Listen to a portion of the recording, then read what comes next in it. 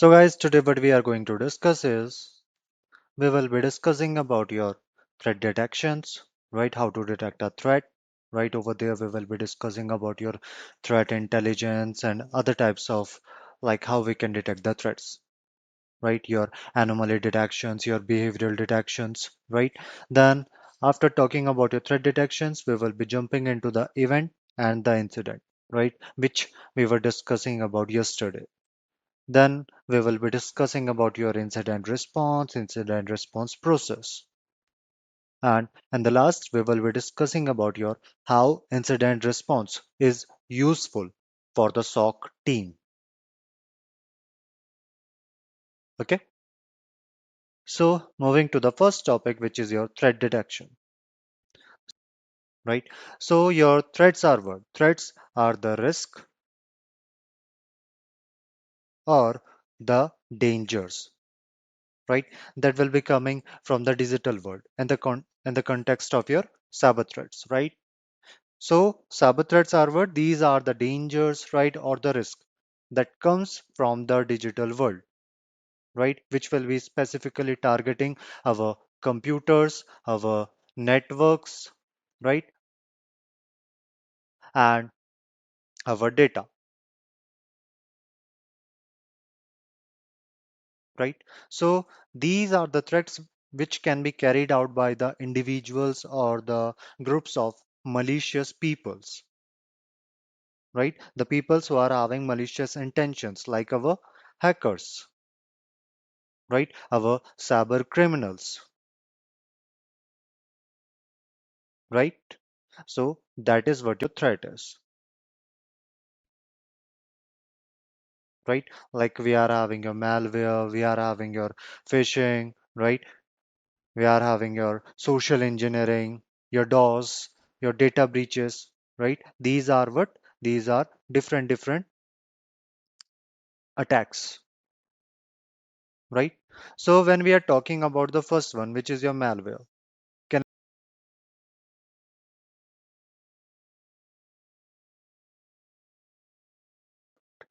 malware is a combination of two different words, your mal and ware. It means that a malware is a malicious software, right? Which will be doing what? It will be harming or it will be exploiting our system or data. Now, as you are saying that virus is what? It is a type of a malware we are having, right? We are having a virus, worms, ransomware, spywares, trojans, and many more,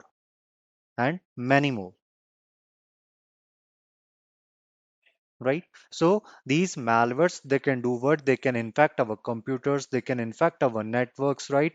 And after that, they can steal the sensitive information, right? Or they can simply damage our computer system, right? So when we are talking about your phishing, right? So phishing is a type of your cyber threat, where, right? Where your attacker, what he will be doing is he will be sending you a mail, right? The attacker will be impersonating as a trustworthy entity, right? Like your bank, school, hospital, right? Or some government agency, right? And over there, they will be tricking, right? They will be tricking the victims into revealing their sensitive information. Over there, what the attacker will be doing is he will be simply sending you a mail, right? He will be simply sending you a mail, and over there, what he will be doing is he will be adding a attachment, right? He will be adding a attachment, right? A link will be there or something will be there, right? And when you will be clicking on that particular attachment, you will be redirected to some different site,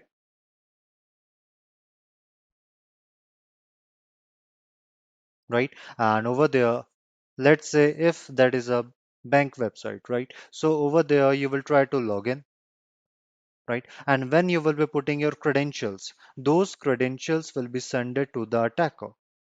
Those credentials, they will be sent to the attacker. Getting?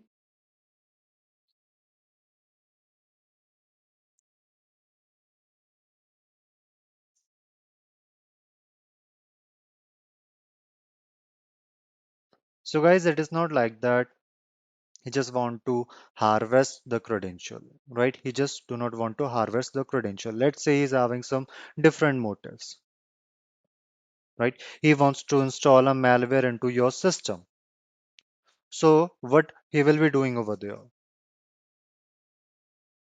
right? What he will be doing over there is he will be sending you again an attachment, right? Now that particular attachment, when you will be clicking on it, right?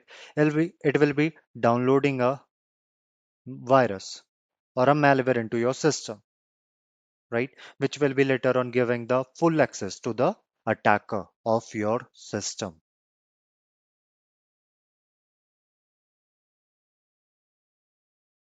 So that is how the attackers they will be using your phishing, right? For performing different things like for credential harvesting, for uh, distributing the malwares.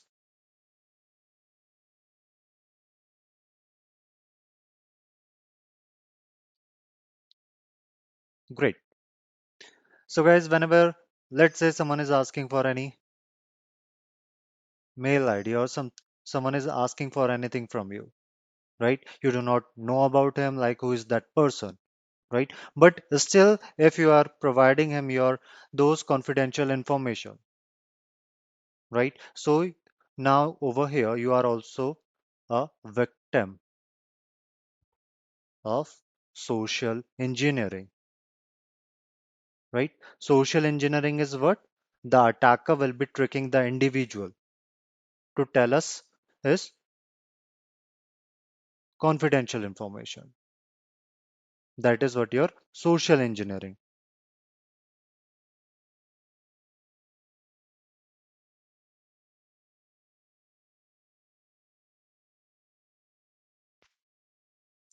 Okay.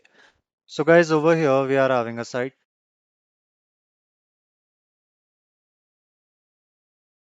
Okay. So we are having this Amkai mailer over here, right? We are having this Amkai mailer over here. So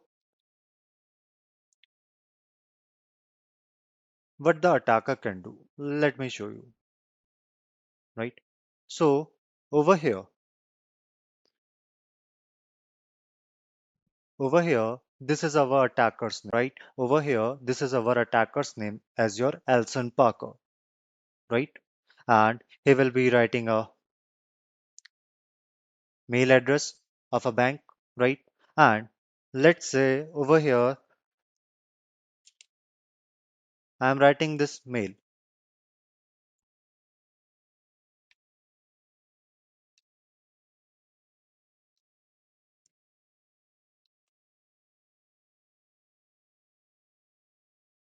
right? So over here, let's say I'm an attacker, right? Let's say I am an attacker, right? And over here, what I'm doing, I am impersonating as your Elson Parker, right? And over here, I'm writing this mail ID,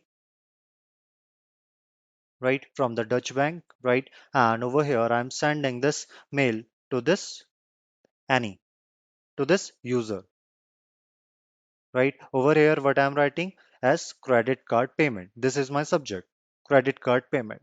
Now, over here, the attacker can do, he can simply write a mail like,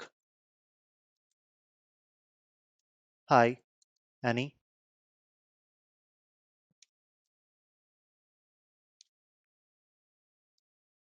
hope you are doing well.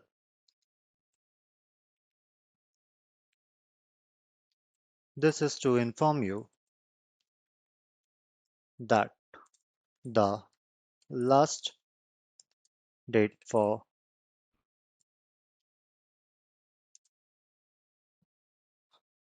your credit card payment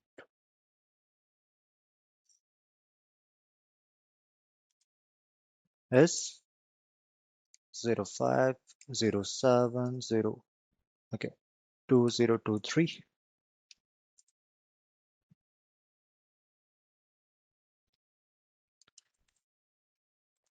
If paid, then ignore this message. If not,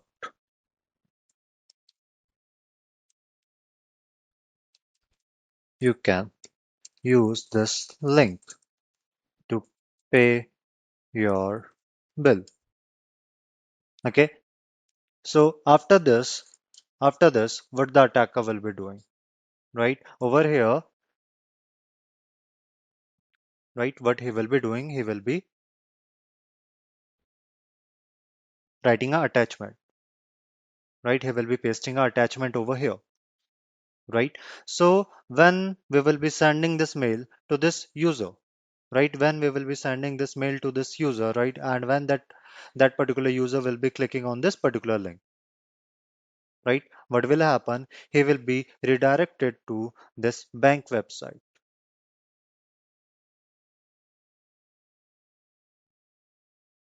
right? He will be redirected to this bank website,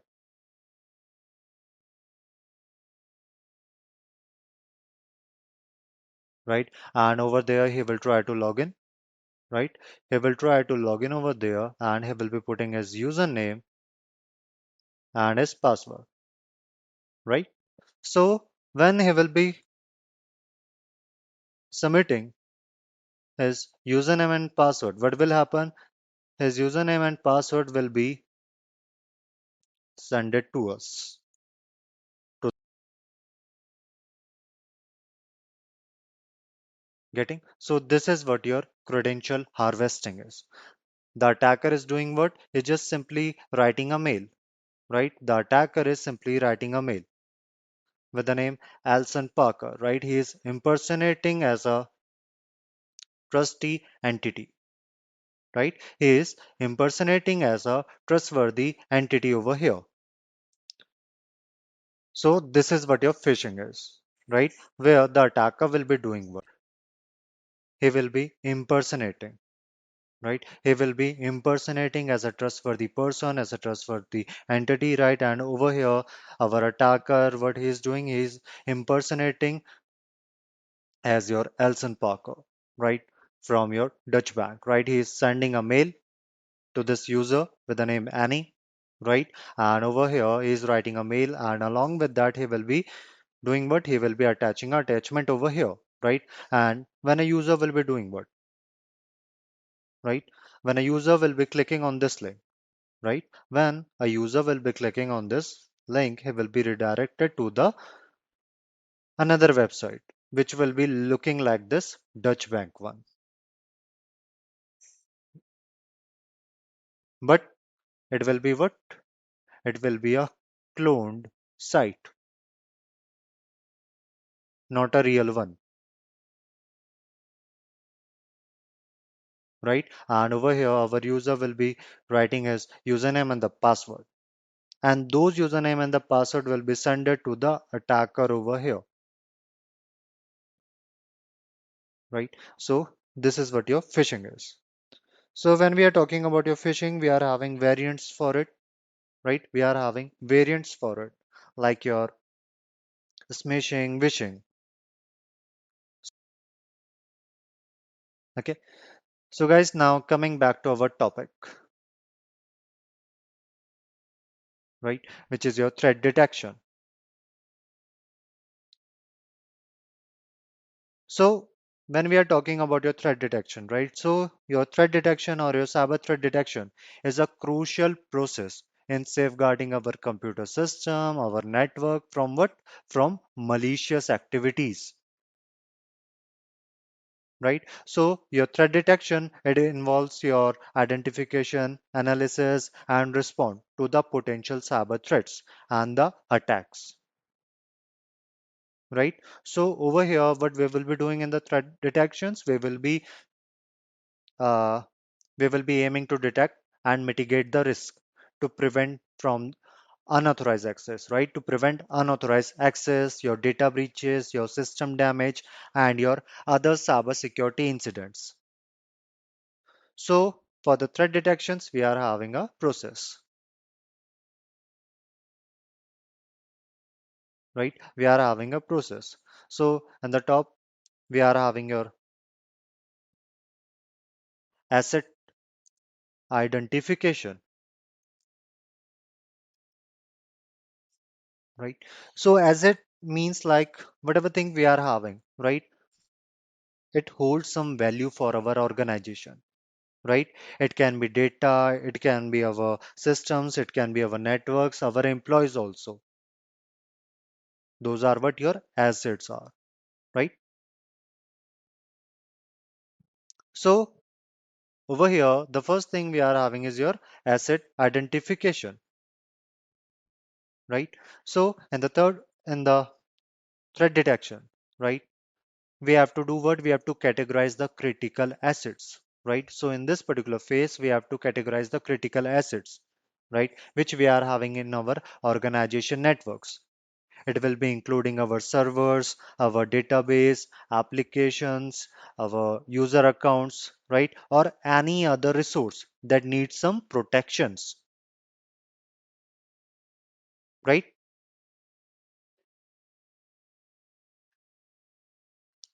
Like in today's world, right? Like in today's world, the organization they are facing very big numbers of cyber threats, which can compromise their sensitive information and disrupt critical operations, right? Now, to effectively safeguard their digital infrastructure, their business, right? They must have a comprehensive understanding of their assets and they have to prioritize efforts accordingly, right? So, talking about the critical asset.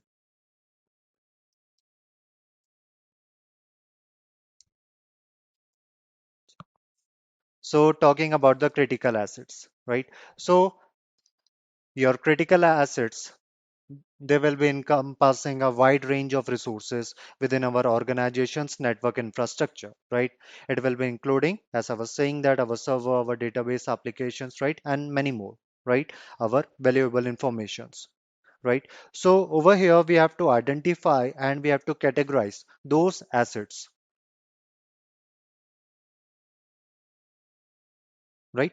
So after categorizing the assets, right? After categorizing the assets, right, like on their criticality and the sensitivity, the organization they can do what? They can focus on the resources, on securing the most valuable and the vulnerable resource first, right? So first what we have to do, we have to prioritize them,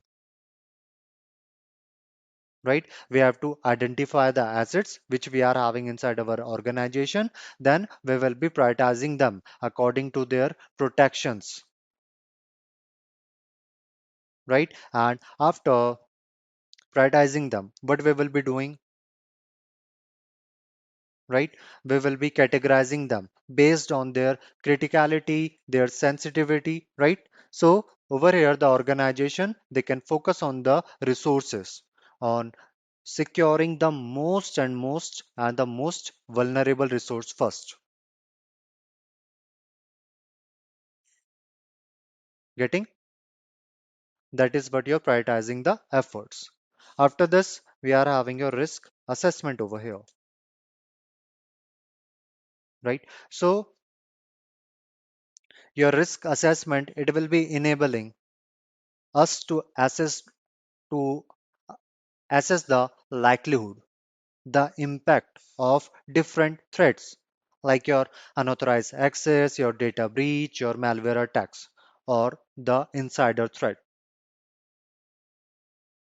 right? A disgruntled employee, an employee who is not happy with the politics around him in the organization, who is not happy with his manager, who is not happy with the workload, right? So after that, he tends to become malicious. Now you can imagine like a person who is having a complete access of our network, of our information, right? So over here, what will happen if that particular disgruntled employee, he will be revealing our confidential information to the third party, right? So now over here, you can think like how much big loss the organization has to face over there, right? If a person who is having a access of our each and every resource and he is revealing all those things to the third party, the organization will be facing a big loss, right? So over here in the risk assessment, what we will be doing, we will be identifying and we will be mapping the assets, right? So after that, our organizations, they will be having a clear understandings of the potential risk which are associated with each and every resource which we are having inside our organization. That is what your risk assessment is. So that is what your asset identification. After the asset identification, after the asset identification, we are having your threat intelligence gathering,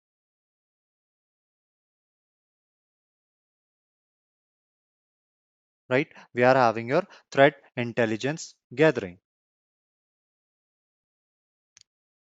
To proactively detect the cyber threats, the organization will be doing what? They will be collecting the information about the existing and emerging threats from various sources, right? So it will be including like your security adversaries, your vendor alerts, right? Your threat intelligence feeds, right? And your security forms, right? So guys, staying up to date with the latest vulnerabilities and the attack techniques, right?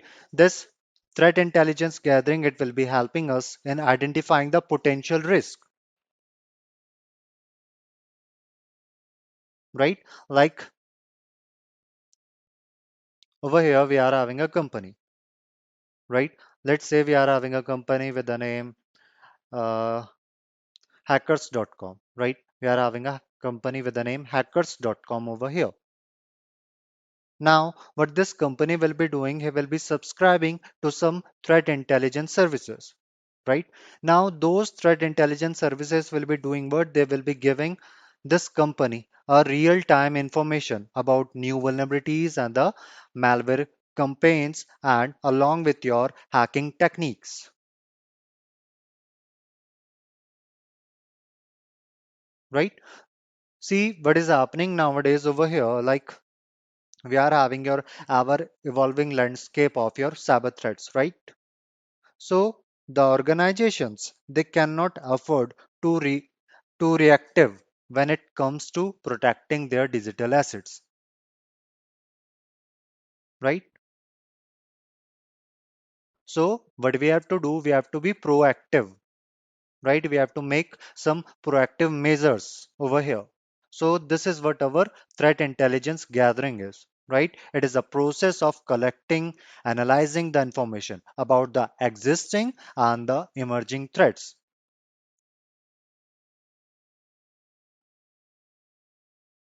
right? So your threat intelligence gathering, it involves your systematic collections, your analysis, your dissemination of the information which are related to the cybersecurity threats, right? So by staying about the latest vulnerabilities, the malware campaigns, the hacking techniques, and the IOCs the organization can do, they can proactively detect and they can mitigate the potential risk before they can cause some sort of damage. That is what your threat intelligence gathering is. Then we are having like benefits of your threat intelligence, right? Your threat intelligence gathering, like uh, early detection of your emerging threats, your situational awareness,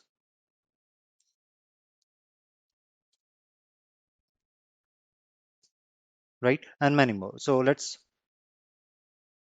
discuss about your first one, which is your early detection of emerging threats. Right. So guys, as I was saying that this threat intel will be doing what? Threat intelligence gathering will be doing what? It will be allowing the organization, right, to monitor and analyze the cybersecurity landscape, right? In the real time.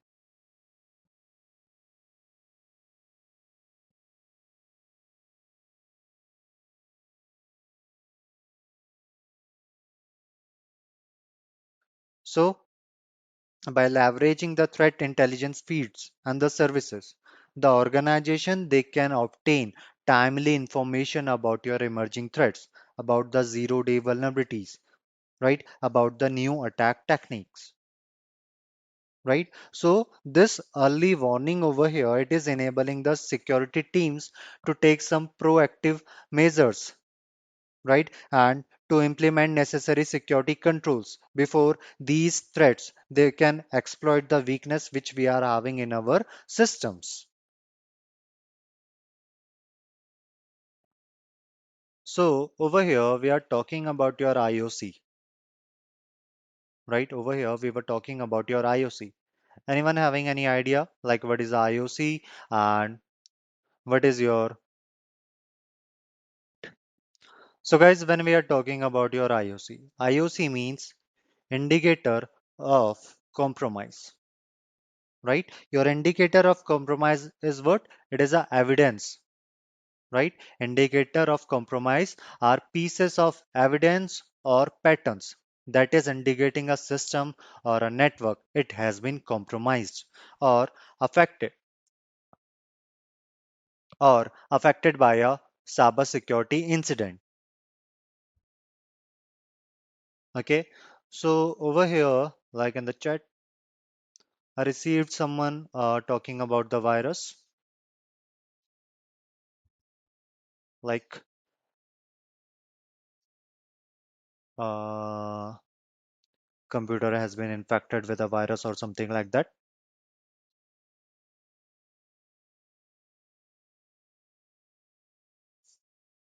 Okay, so let's take an example. Like whenever you will be thinking like, let's say we are having a laptop over here, right? Let's say we are having a laptop over here. So now in the laptop, I'm feeling like it is getting bit slow, right? It is getting bit slow over here. It is working bit slow over here. So over there, many a times we will be saying that my laptop is getting slow. Maybe it has been infected with some sort of virus.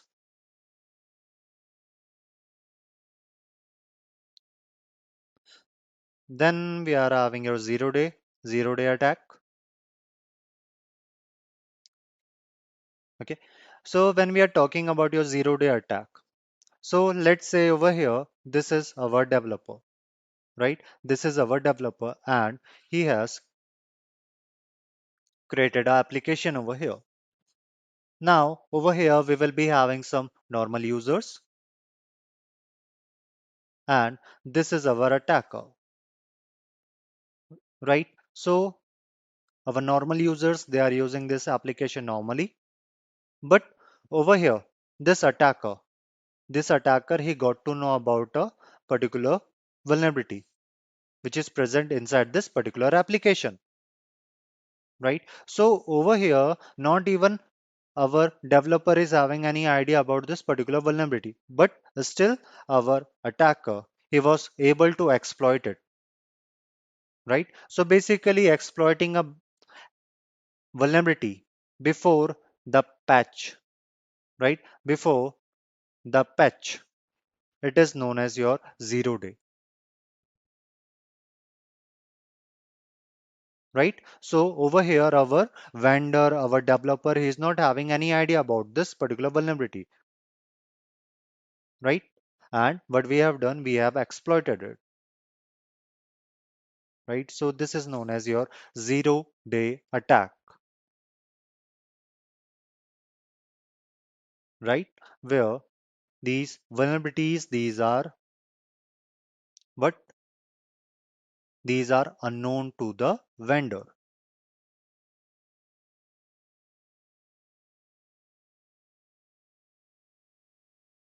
Okay. So again, talking about your zero-day attack, a zero-day attack is an attack where our attacker, he will be exploiting a vulnerability before the vendor, right? Before the vendor will be releasing an update for it, or over here our vendor is not having any idea about this particular vulnerability. like whether he is having this particular vulnerability in his application or not. But over here, our attacker, he was able to find this vulnerability and he has exploited it, right? He has exploited it. So that is what your zero-day attack, exploiting the vulnerability before the update or a patch.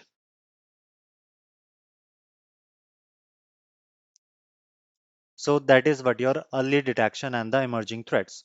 Then we are having your enhanced security awareness, right? So over here, our threat intelligence gathering, it will be providing our organization with a broader understanding of the threat landscape, which is relevant to our industry, our geographical location, our specific infrastructure, right? So by monitoring the industry specific forums, the dark web activity, and sharing the information with trusted peers, the organization, they can gain insight into potential risk and the attack vectors, right? So over here, this situational awareness, it will be allowing us to make informed decisions about the security investment, the threat prioritization, and the risk mitigation strategies. After this, we are also having your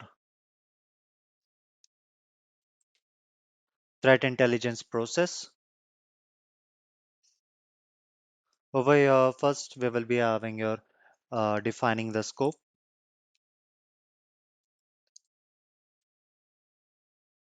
right? So guys, this is the first step in our threat intelligence gathering process, which is to define the objectives and identify the scope, right, of our intelligence program, right? And it will be involving your identifying the specific threats and the risk, right, that the organization wants to focus on.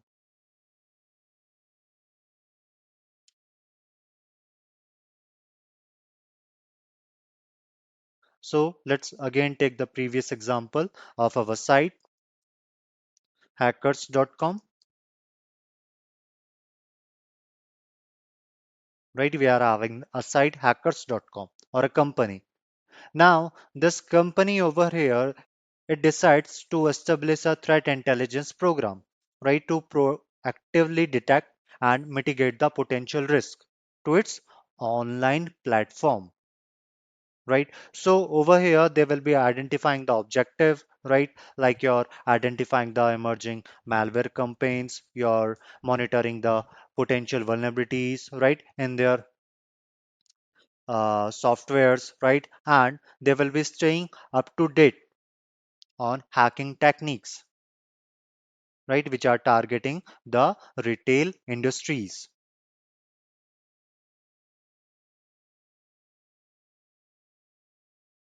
After this, we are having your identify relevant sources,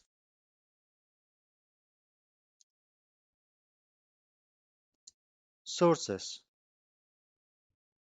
So over here in this particular steps, the organization, they will be identifying and they will be selecting the sources.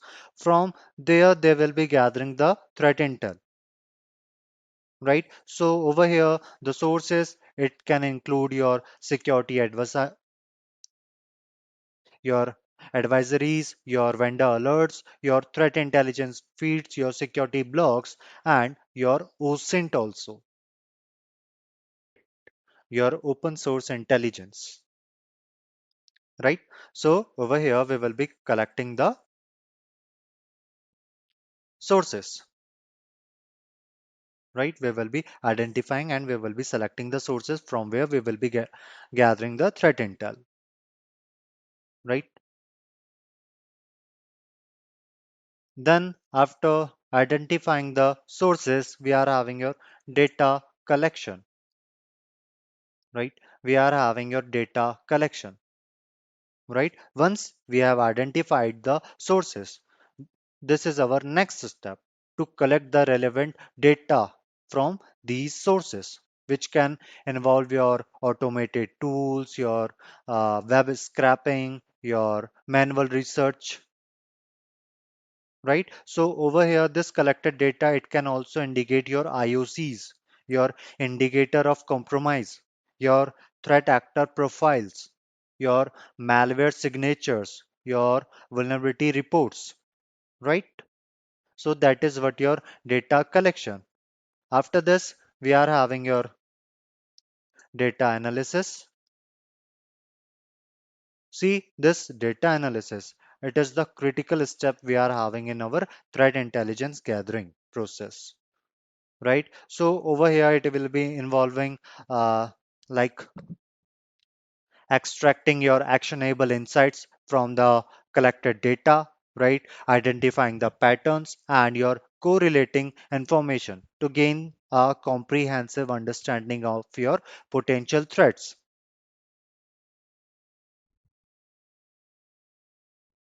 Right, like we are having your security analyst, right? In our company we are having your security analyst. What they will be doing, they will be analyzing the collected threat intelligence data, right? And after that they will be identifying the patterns in those attack techniques, right, which are targeting the industries, companies,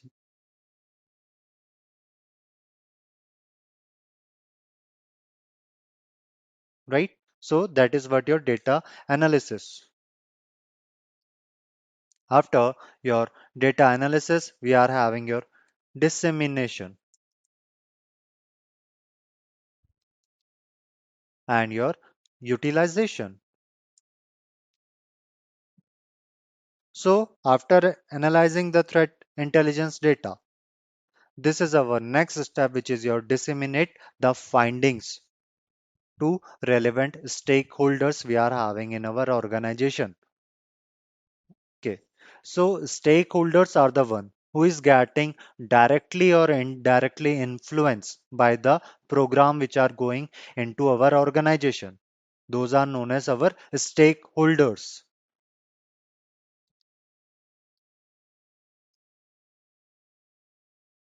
Right, so over here this dissemination and the utilization, it includes the security teams, IT staff, your incident response team, and our executive management,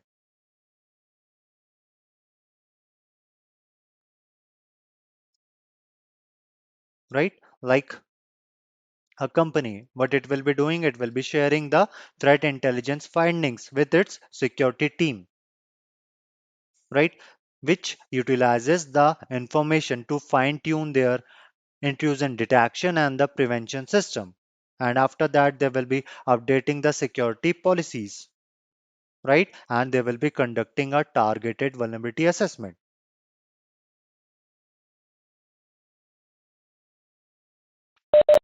So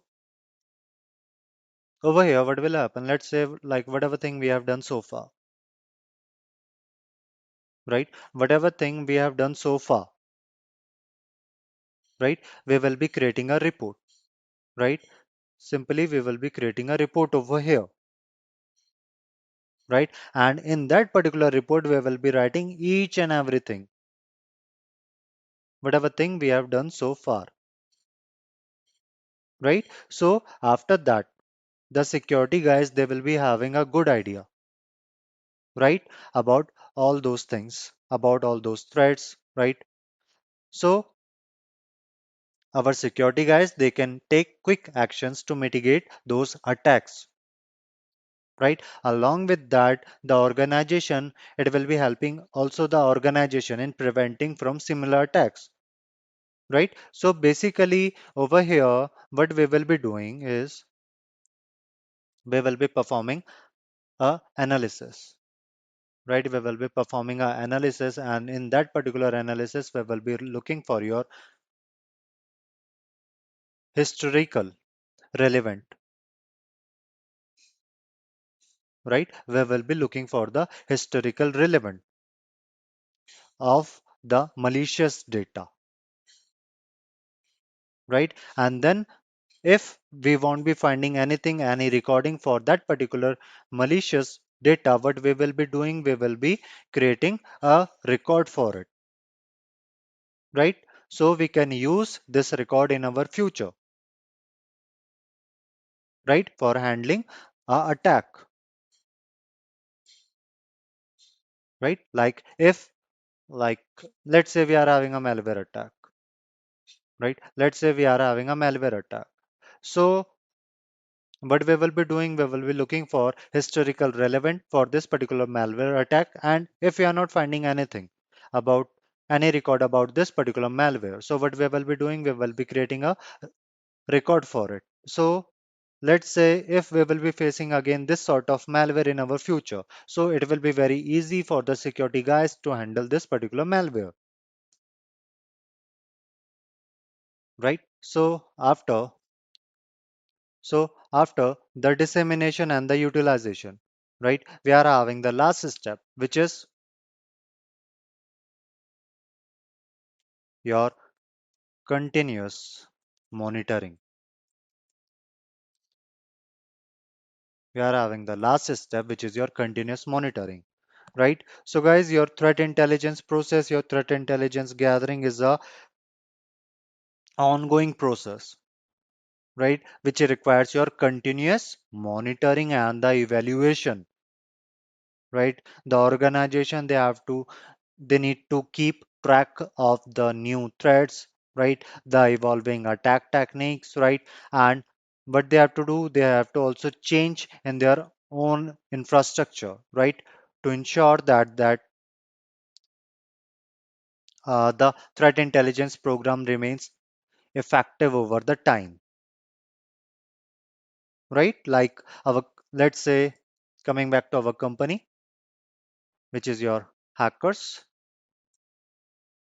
right? So over here, this company, it will be establishing a rule, a regular cadence for monitoring the threat intelligence sources, right? They will be reviewing new vulnerabilities and they will be assessing the effectiveness of their threat intelligence program, right? So basically, they will be continuously evaluating the quality of the sources and the relevance of the collected data, right? And the impact of the threat intelligence on their overall security posture, right? That is what our threat intelligence gathering is.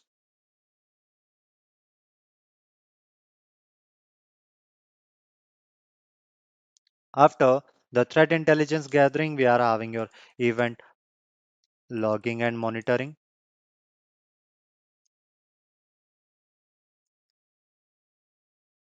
right? So what we will be doing, we will be monitoring the organization's network and the system, right? Because it's very crucial to detect the abnormal activities and the potential threats, right? So over here, it will be involving the collecting logs, right? The events from various sources like from the firewalls, your IDS, your antivirus softwares, right? And from our server logs, right?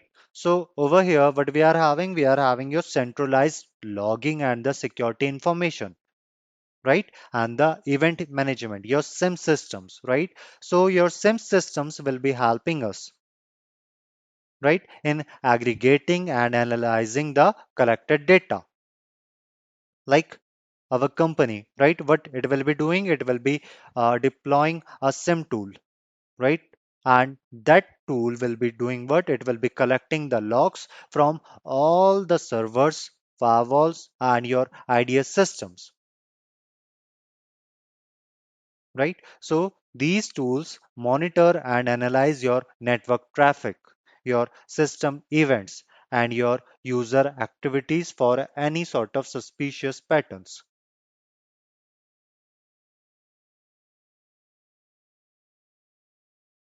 right? It can be a unusual event or unusual pattern, right?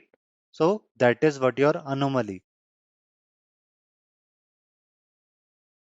So your anomaly detection techniques are used over here to identify the deviations from normal system behavior, right? So over here, what we can do, like the companies, they can use SIM systems, right? which will be doing what? It will be using your machine learning algorithms, right? And over there, it will be establishing a normal behavior patterns for the network traffic, for the user access and the application uses, right? If over there we will be finding any sudden surge in our network traffic or some sort of your unusual access attempts, so what it will be doing, it will be creating an alert over here. That is what your anomaly detection is, right? So basically over here, like what is happening, your anomaly detection, right? Your anomaly detection techniques, it serve as a vital tool in identifying the deviations from the normal system behavior, right? And it will be enabling a early detection of our cyber threats.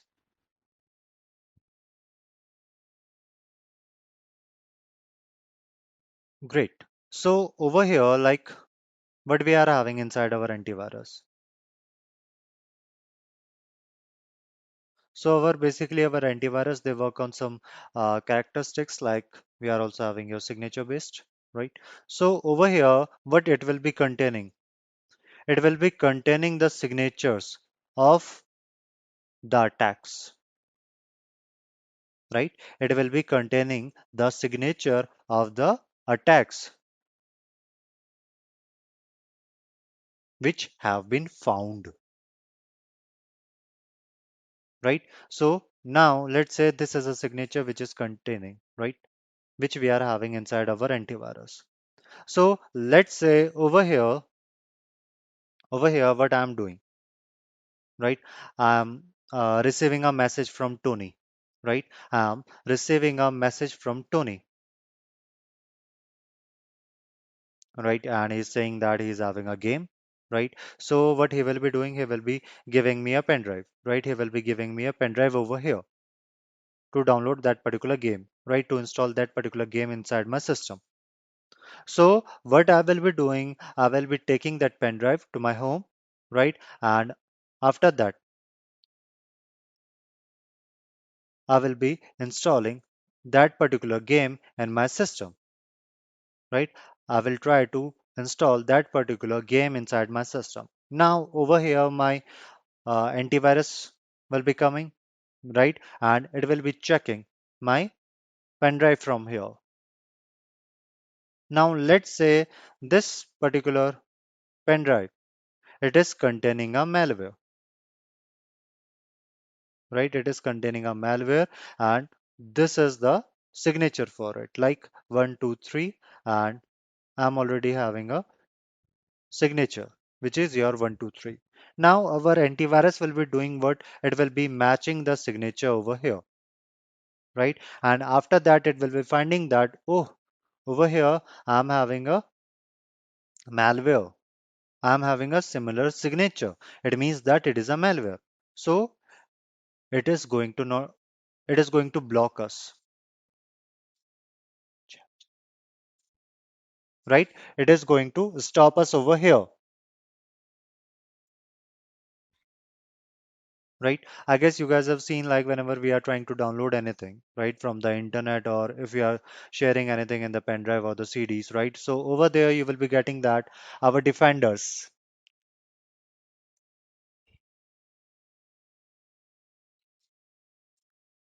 right? Our defenders, they are blocking them, right? And you will be getting a warning like it will be saying that it is a malicious file or something like that.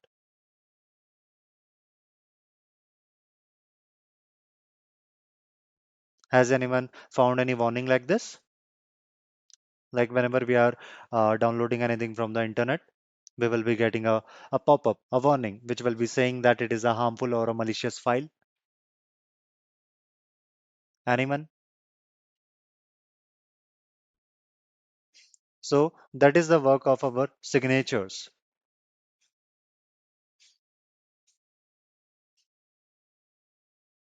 Okay.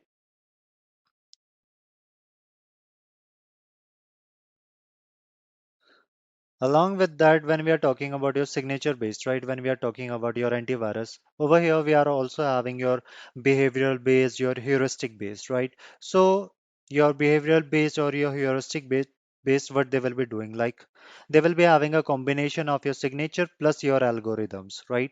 So many a times they will be also generating some false positives, right? They will be giving us false positives, which will be saying that it is a malicious file. Now, over here, we know that it is a secure file, right? It is a safe file. We trust the source, right, from where we are downloading it, but still our defenders, they are giving us warnings. So what we are doing over there, we are just simply uh, stopping our malwares, sorry, our defenders, and then we are installing those applications. So many a times our antivirus, they will be giving us false positives also. Your signature based detection. So over here, let's say we are having a company, right? Now this company will be doing what? It will be regularly updating its antivirus software with latest virus definitions, right? Like over here, if a user will be doing what? He will be downloading a particular file, right? Which is infected with a particular virus or a known virus, right? Basically, inside the signature based, we are having signatures for the known viruses, right? So if a user over here is trying to download a file, right, which is infected with the known virus, then our antivirus system, they are going to recognize it based on the signature and they are going to create an alert for it.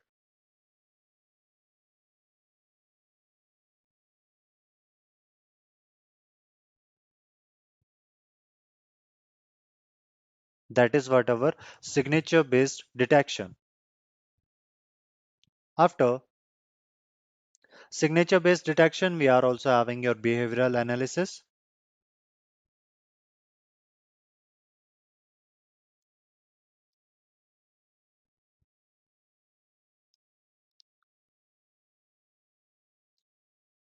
right? We are having your behavioral analysis.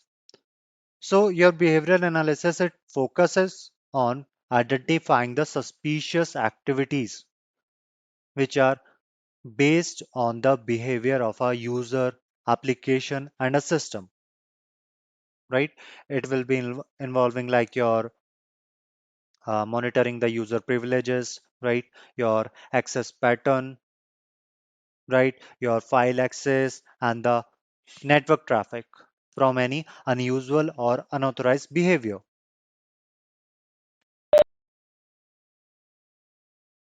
Typically, we can use your machine learning over here, right? We can use your machine learning algorithms, right, to detect the anomalies and potential threats, right? Like the companies, right? Uh, they will be having this behavioral analysis, right? So what they will be doing, they will be tracking the user access to the critical database. And over there, if they will be finding that a user attempts to access a sensitive data outside their regular working hours from an user location, it raises an alert over here,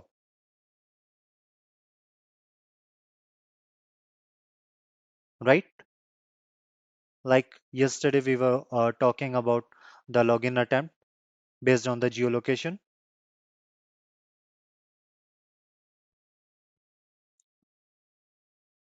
So this is what your behavioral analysis, right? So over here, what you will be doing, you will be uncovering the suspicious activities through the user behavior, right? After this, we are having our incident response. After this, we are having our incident response. Like after detecting a potential threat, right? After detecting a potential threat over here, we will be having a incident response plan, right? Our incident response plan will be activated, right? So over here, our incident response plan, it will be outlining the steps to be taken, right, to contain and to mitigate the threat, right, and to investigate the incident. right? Along with that to restore the normal operation. So our incident response team, they work collaboratively to assess the severity of the threat, right? To gather the evidence and take appropriate actions to minimize the damage. So this is what we were having inside the threat detection. After this, we are having your event and incident. Great. So guys, when we are talking about your event means whatever action we are doing in our computer, those are known as your event, right? Like what is happening with our computer or a system, it is known as event, right? It can be your action, it can be activity like you are logging in your system, right? You are opening this webinar over here, right? Or you are accessing a particular file, you are transferring some data between computers. Those are known as your events, right? Those are known as your events. Then we are having your incident. So any event or actions that goes wrong, that is known as your incident. Like your incident occurs like when we are having a security breach, a violation of some policies, or any activity that is possessing a risk to the system or our network security. That is known as your incident,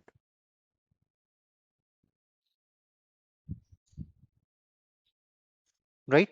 Let's say, let's say over here you are receiving an email, right? Let's say you are receiving an email from a bank which is saying that there has been a unauthorized access to your bank account. So over here, this unauthorized access, it is considered as an incident because it is possessing a security risk and it needs to be investigated and addressed, right? This is the difference between your event and incident.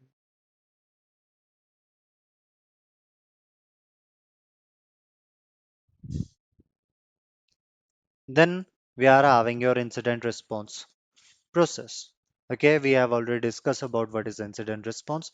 Now we will be discussing about your incident response process. So by the next, we are having your four steps over here.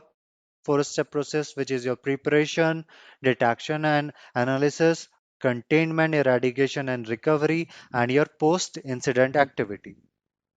But over here, let's do one thing. Let's break all these process for understanding them easily. Okay, let's break all these process over here.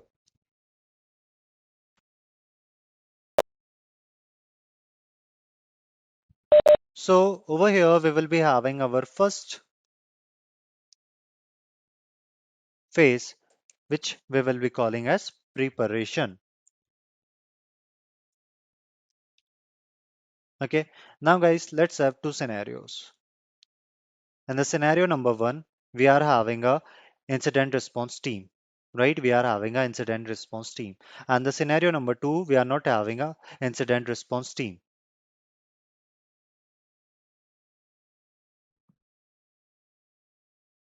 Okay, so let's talk about the scenario first.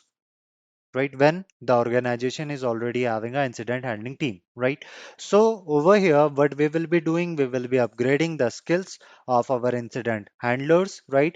We will be purchasing some new tools for them, right? We will be upgrading their machines, their labs, and we will be upgrading the policies. So these are the things which we will be doing in the preparation phase. Coming into the second scenario, when we are not having a incident response or a incident handling and the response team. So over here, what we will be doing is we will be convincing our higher management, right? So they will be approving a incident handling team inside the organization, right? We will be getting a budget from our higher management because without the budget, we cannot bring a incident handling team, right? So after After getting the budget, what we will be doing, we will be hiring the team members. We will be purchasing some tools, labs, and along with that, we will be also enabling their training, right? So now we are having an incident handling and the response team. Now suppose in our organization, we are having a malware incident, right? A malware incident has been occurred. So that particular incident is going to get recorded,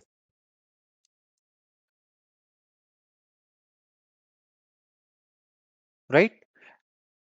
That particular incident, it is going to get recorded and it will be informed over there. A ticket will be generated. Basically, a ticket will be generated for that particular incident.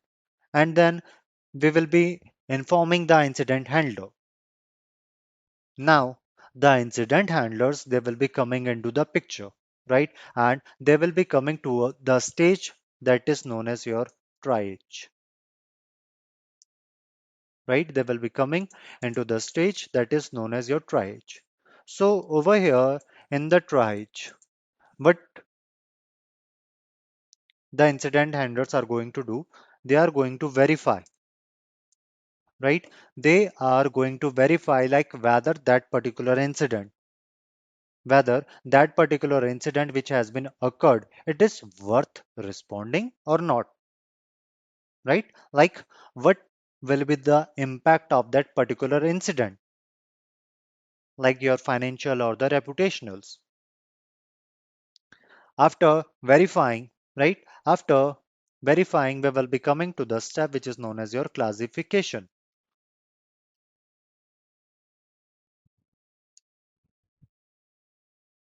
Now, what we will be doing, we will be classifying the incident via severity. Is it low, medium, high, or critical, right? So now after getting the severity, right? According to the severity, we will be prioritizing those incidents, right? We are going to prioritize the incident, like which incident we are going to handle first. That is what your prioritization. So after this, now our incident handling team, they have gathered the information. Now what they are going to do, they are going to inform the higher ups, right? They are going to inform the higher ups,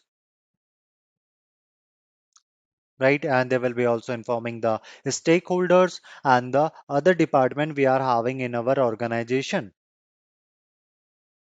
right? Uh, like an incident has been occurred and these are the impacts and these will be the consequences and these will be the remediation for this particular incident. Getting, like, let's say let's say uh,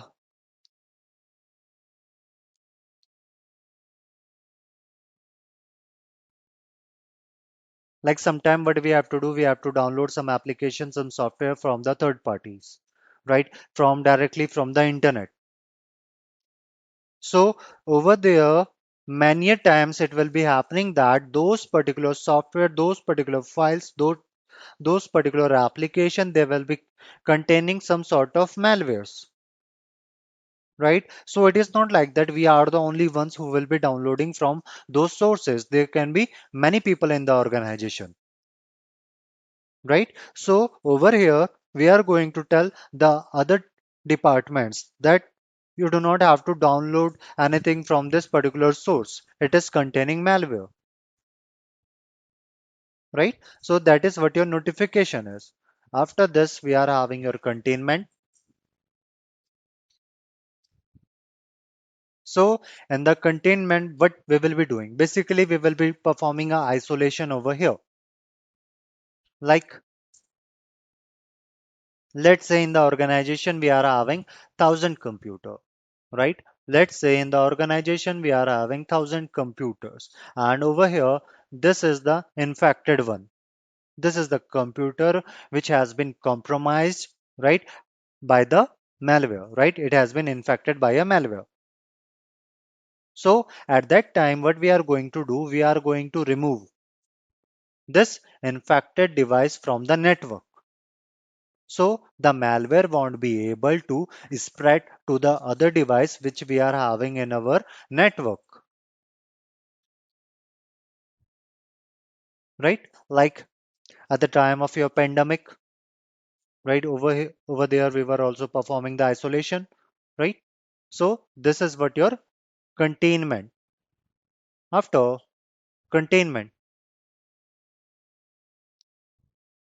after containment, we are having your forensics, right? So in the forensics, what we will be doing, we will be collecting the evidences, right? And then you will be analyzing those evidence, right? Then after that, after analyzing those evidence, you will be having a conclusion, right? And that particular conclusion you are going to write in your report, right? Over there, right, at the time you will be collecting the evidence, you will be performing all the forensic things, right? Over there, a expert witness will be present who will be taking care of those reports, right? He will be taking those reports in the front of law, right? So he is the person who will be explaining each and everything in simple language, because the people who are in the court, right, you can say that they do not belong to a technical background, right? So over there, we will be writing that report in a very simple language. Okay. So depending upon the hearing and the evidence, the court will be giving the verdict. That is what your forensic is. After forensic, we are having your eradication, right? So basically over here, what we will be doing, we will be removing the malwares from this isolated system. We will be removing malware from this isolated system, right? Along with that, we will be making sure that this particular system is free from the traces of a malware and it is ready to use,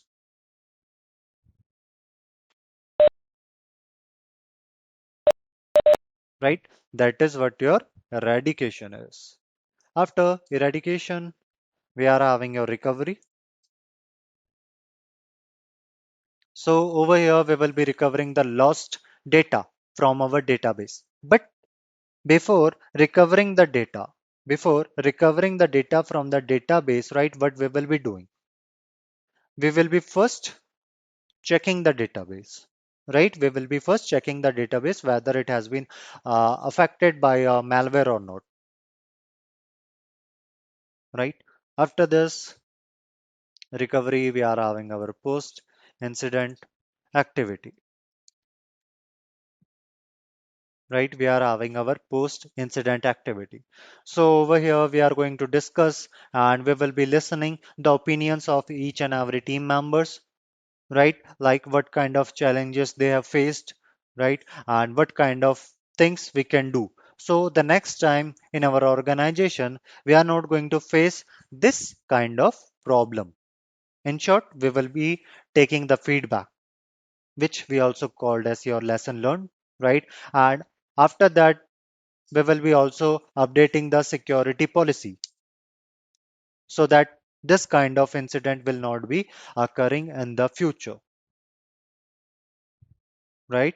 So this is what our incident response is, right? The process of incident response. Great. Then after this, we are having how incident response is useful for the SOC team, right? So in today's digital landscape, right? In today's digital landscape, protecting our sensitive information and maintaining the secure system is of utmost importance, right? This is where our incident response comes into the play, right? Which will be helping the your SOC teams safeguarding our digital world. right? So basically our incident response, it allows the SOX team, right, your security operation teams, to detect and respond to the security incident very quickly, right, by continuously monitoring the network and the system, right? They can identify any suspicious activities or your anomalies, and like which can indicate a potential breach, right? So the ability to detect threat early enables our SOC team to take immediate actions and mitigate the risk from uh, like to mitigate the risk before they will be escalating it, right? So let's take an example over here. Let's say we are having a SOC team, right? Let's say we are having a SOC team, right? Now our SOC team is doing what? It is monitoring, right? It is monitoring our company's network, right? And over there, it is noticing, right, unusual spike in our network traffic, which is coming from our internal server, right? So over here, this can or this could be a indicator of your DDoS, your distributed denial of service attack, right? So with an effective incident response plan, right? With an effective incident response plan in place, the SOC team, it can swiftly respond by isolating the affected server, right? They will be blocking the suspicious traffic and they will be minimizing the impact on the network,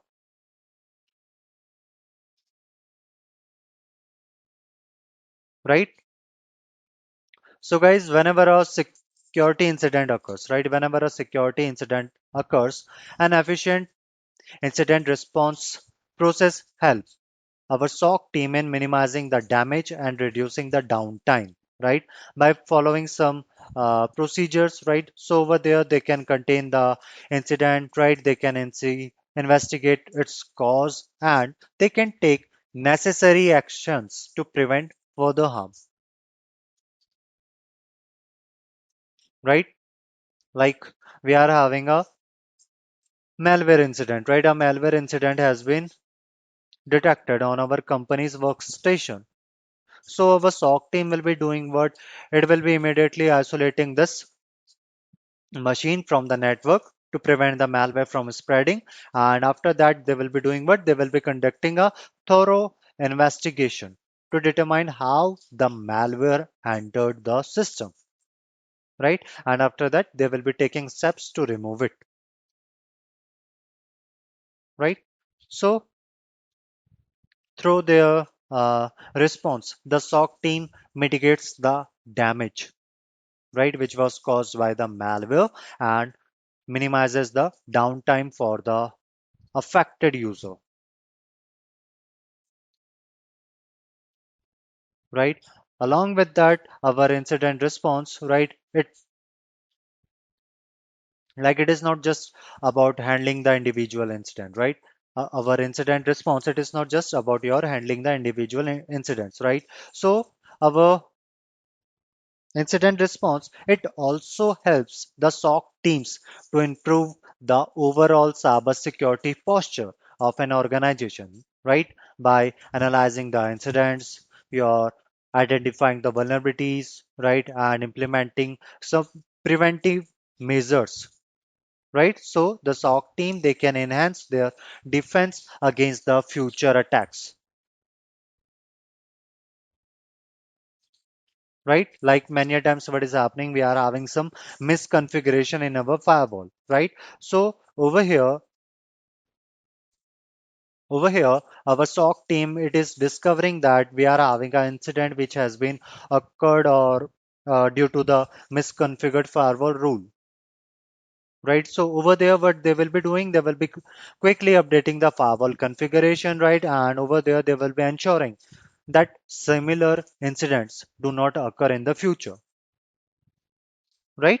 Along with that, what they will be doing, they will be providing some recommendations to strengthen the security practices, such as like your conducting some regular security awareness training for the employees, like through the experience, right? Through the experience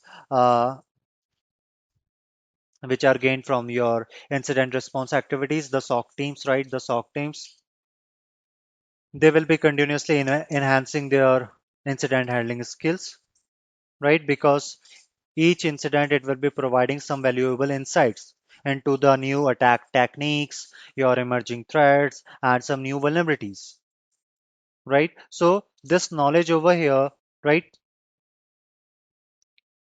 It will be equipping the SOC team, right, to respond effectively to the future incident and adapt their strategies accordingly. We are having a SOC team. What it is doing, right? It is investigating some security incident, right? It will be investigating some security incidents over here. And at the time of investigation, they came to know about a new type of phishing attack, right? They came to know about a new type of phishing attack, right, which is targeting the employees. So over there, what they are going to do, they are going to analyze the attack vectors, right? And what they will be doing, they will be educating the employees on recognizing and reporting such phishing attempts, right? By continually learning and improving their incident handling skills, right? So the SOC teams become more adept at protecting the organization's digital assets.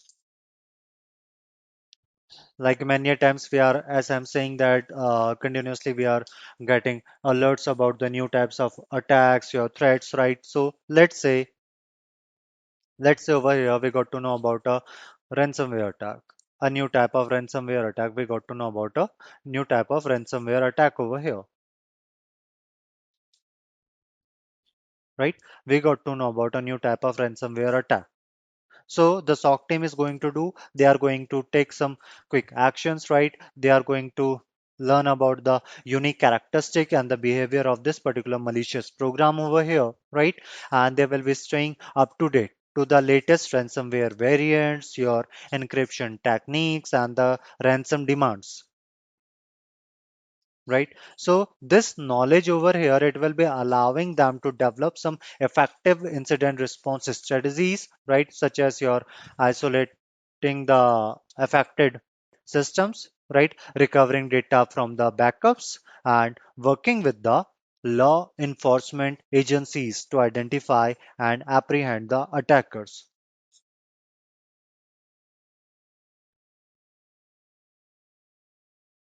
So basically, our incident response is a vital component of our SOC team's responsibilities, right? Because it enables them to swiftly detect and respond to the security incident, right? Along with that, it will be minimizing the impacts on the system and reducing the downtime, right? Through continuous incident handling, the SOC teams, right? Through continuous incident handling, the SOC teams, they can enhance their cybersecurity posture, right? They can develop new defense strategies and they can improve their incident response capabilities, right? So basically their effects, they will be helping, right? Like keeping our digital world safe from the cyber threats, right? Safeguarding our sensitive information and ensuring the smooth functioning of our organization.